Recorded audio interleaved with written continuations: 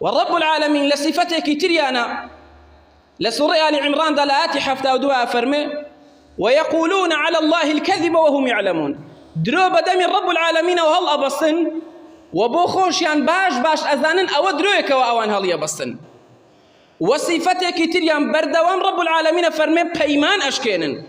بلين وبيمان وهيج قريب بس يكنا نسل لسورة البقرة دلاتي سطا فرمي أو كلما عاهدوا عهدا نبذه فريق منهم بل أكثرهم لا يؤمنون فرمي أوتشي وبوا كانوا جولكانا هر بيمانك وهر قريبستك أبستن لنيوان مسلمانان وإما دارانا لقل مسلمانان وباور دارانا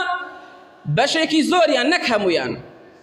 بشيكي زوريان أو بلين وبيماني أشكينن رب العالمين فرمي زور بيان إيمان وباور ناهنن زور بيان باور بمحمد المصطفى ناهن صلى الله عليه وسلم تشوك عنادا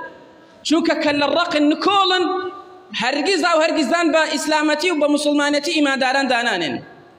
والرب العالمين لسورة البقرة دال صفتك تري أنا باس أكا لآيات سطو ششا كبردوام حق راسي أشارنوا أفرمي الذين آتيناهم الكتاب يعرفونه كما يعرفون أبناءهم وإن فريقا منهم ليكتمون الحق وهم يعلمون رب العالمين أفرمي أوانيك كتابيان بيدراوا ليهود ونصارى بلام سياقي آياتك لقل جلكيتي أفرمي محمد المصطفى أناس أزانن كبيغمبري خويا عليه الصلاة والسلام كسيكي رازقويا كسيكي سراستا هر وكو شون رولا كاني خويا أناس بتوابي أو أزانن بيغمبري خويا عليه الصلاة والسلام بلام كوملك وتاقمك ليهود لجولك أم حقي راسي أشارنا ولا خلقي راسي كرون الروان وأشكراناك وهم يعلمون لكاتك شازانن بيغمبري خويا عليه الصلاة والسلام بلام دان بم حقي راسي دانانن